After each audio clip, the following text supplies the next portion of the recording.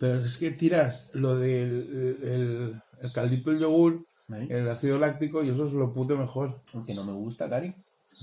Tendré derecho a que no me guste. A ti solo te gustan maduritas. Sí. Ay, como esta mañana. ¿Sabes a quién me he encontrado? Yo bajando al charter.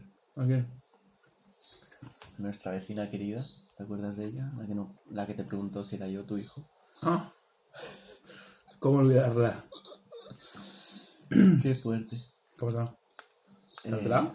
No, no me ha entrado, pero desde cierta distancia me ha hecho una mirada. ¿Qué dices? Una mirada de ¿Te has arriba follado abajo. con una mirada? De arriba abajo. No.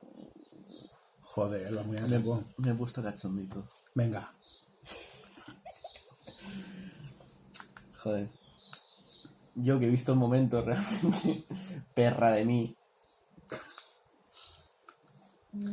Pues le he guiñado un ojito. Le he hecho... Anda. No hagas eso. Cari, no hagas eso. no. Es que te veo zumbado en un portal cualquier momento. Soy muy perra, Cari. Sí, pero tú no sabes, tú oyes las broncas que tienen arriba. O sea, ellos viven en el segundo. Sí, escucho broncas, sí. Vale, las broncas son por tu culpa.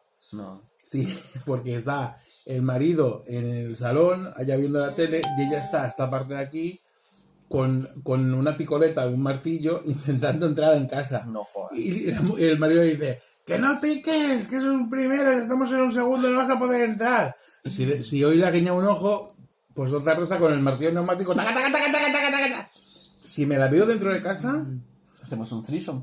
que no, que la mato. No, que bueno, me mata y a mí, qué susto. Cali, deja de tontear con señoras mayores. Ay, joder. Deja de tontear en general.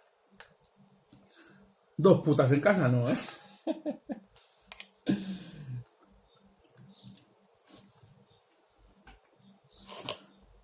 Y es así.